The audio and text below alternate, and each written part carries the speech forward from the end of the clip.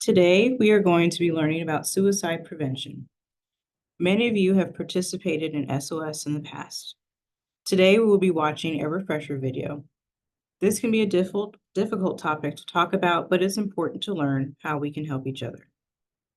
If you feel uncomfortable at any time during this lesson, please step out into the hallway, notify your teacher, and someone will be there to take you to a counselor. At the end of class, everyone will have the opportunity to ask to speak to an adult privately about any questions or concerns you may have.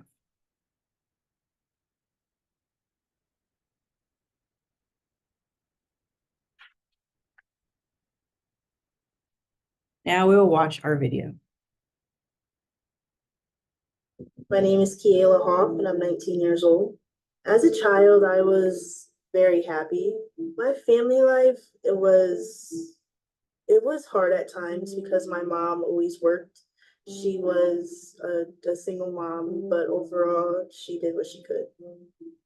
Junior year of high school, my godfather, who was my best friend, had passed away. He was like everything to me. When he had passed, it was very hard, but it's not the main reason for my depression. There's a lot of reasons for my depression.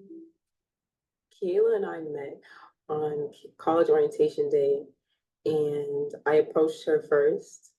And from that point on, like we just started to grow like a close bond. In college, I went into rugby. And what I liked about it was the togetherness. It was like a one team, one family. And I definitely made some of my lifelong best friends. My sophomore year of college, the feeling of being alone just really hit me. It got to the point where I didn't do my laundry for a couple months because I was so depressed. I didn't want to get out of bed.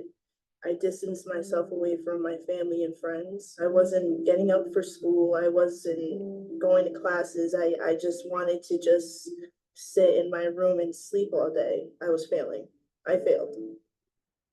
Every time I would usually like invite her to places, she'd rather stay in the room instead of come outside. Another thing was her constantly like crying or like her anger, like her mood would change from like time to time. I was drinking. I was using drugs and alcohol as an escape from my feelings. I found myself in a situation where I had almost lost a good friend because I told her like just disrespectful things about herself that I would never do. I had a sense that she was struggling like in the beginning when we first started rooming because like she was like constantly sad and crying, and she would always like mention to me like how she is homesick.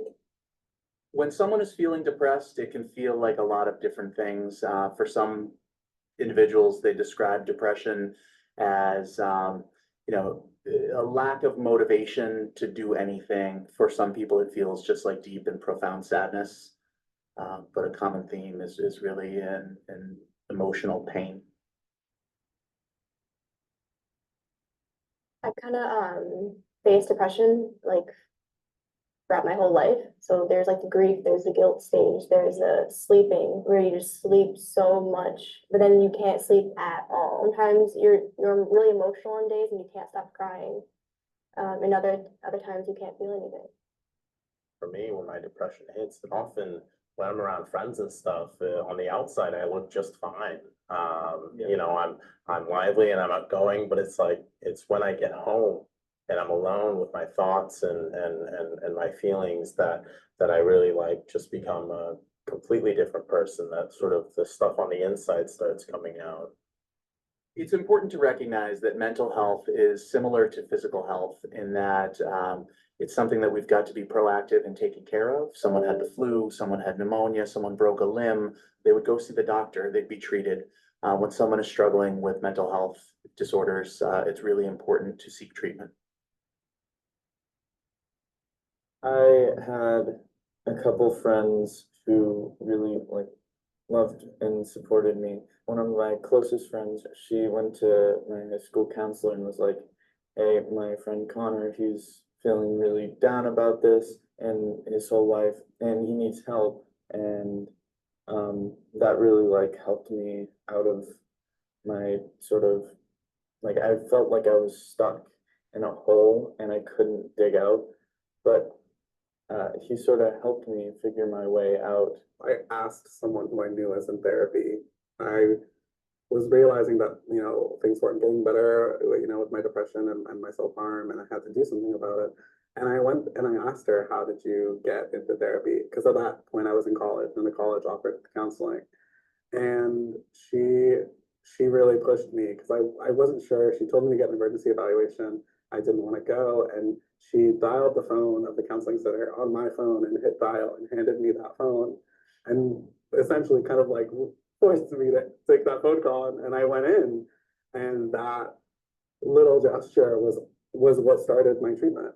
I honestly think if that wasn't for her, I wouldn't have gone sooner. And I feel like I owe her I feel like I owe her almost everything.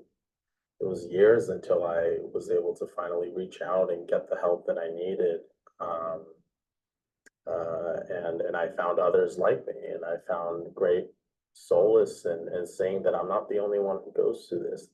And that if anything, the experiences I've gone through have made me stronger as a person today. What it was me learning to just accept who I am and being okay with who that was. To get to a place where I could actually go to therapy and talk about the issues that were really deeply bothering me, and being with other people who understand what you're going through. It's so valuable, and it makes you feel really less alone. I felt relieved. Like I felt like, wow, finally, I'm not carrying this burden on my own. Finally, someone's able to listen to me. Finally, someone who knows what this is. There's a name for it, that other people deal with it. When I was struggling in college, with suicide, it took me a very long time to finally tell somebody. She just opened up and told me that she was suicidal. When I told her that I was going to kill myself. I didn't think that her depression would get her to that point where she would feel suicidal. I appreciated her telling me that, because not a lot of people have like the gut to tell someone that they're close with or a loved one, like, wow, like you were like in my face like almost every single day. I didn't like, see how you were feeling to that point where you just want to take your life away. And she told me that I needed to get help. I convinced her to go to counseling because it was the best option for her to do. And what I did was I went to the counseling center at my school, and that was probably the best decision that I made. What I've learned to cope with depression is to definitely just communicate your feelings to people who you feel comfortable with. Go to a support group, go to your family members, anybody, just get those feelings out there. Kayla's a very strong woman. She excelled from the time I met her to now. And I'm glad that she's getting the help that she needs. And proud of myself.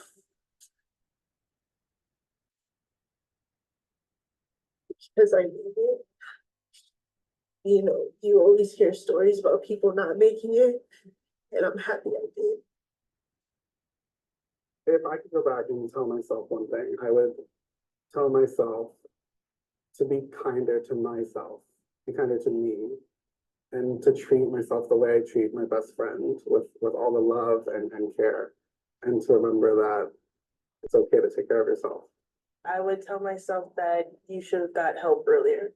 I would tell myself that it's okay to feel what I'm feeling, and that it's okay to tell someone else what I'm feeling, and it's okay to open up both to myself and to others. I would tell myself that the bravest thing you could ever do is get help.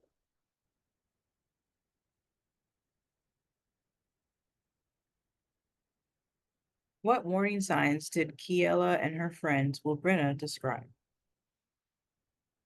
That she had trouble getting out of bed, she stopped taking care of herself doing laundry, she was becoming withdrawn from family and friends, substance use, stopped going to classes and failed classes, crying all the time, and anger or severe mood changes.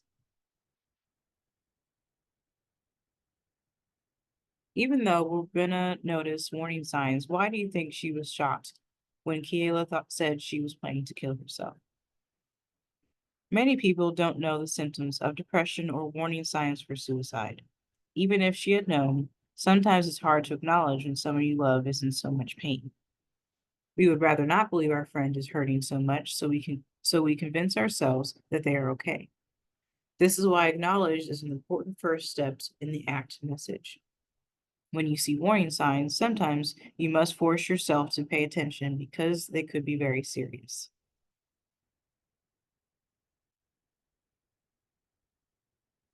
Will Brenna convince Kayla to get help from the college counseling office? If a friend confided in you, who could you convince them to tell? Examples may include their parents or guardians, a school counselor or school-based mental health staff, such as a school psychologist or social worker, any adult they trust. After high school, there are still many pathways to help. Colleges have resources, and there are resources in the community for adults. Helplines are available for everyone. You can call or text 988 for support 24/7.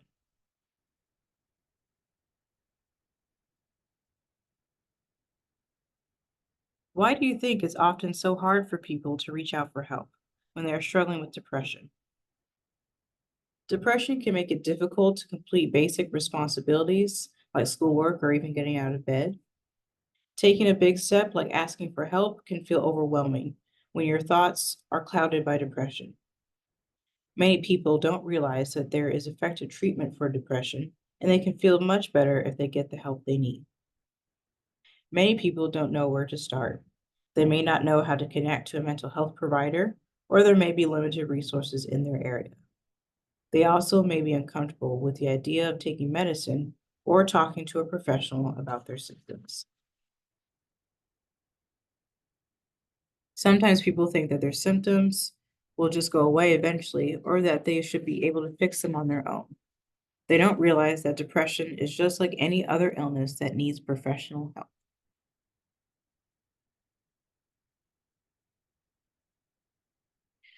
Think back to a time when you struggled in the past.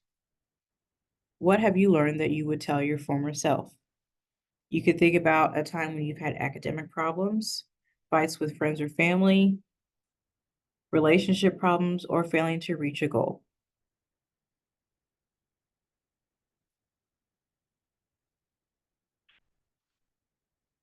Next, you will be completing a digital questionnaire that Mrs. Jasper emailed you about signs of depression and suicide risk. After completing the form, you will be able to add up your results and self-score the form. Screening forms do not provide diagnoses. They help educate us on our symptoms and whether we should seek help. Answer the questions as honestly as you can. If you are concerned about the questions or your answers, please mark yes on the exit survey you complete next. Once you have completed the depression screener, please go back to the email from Mrs. Jasper and click on the exit survey and complete it. Thank you.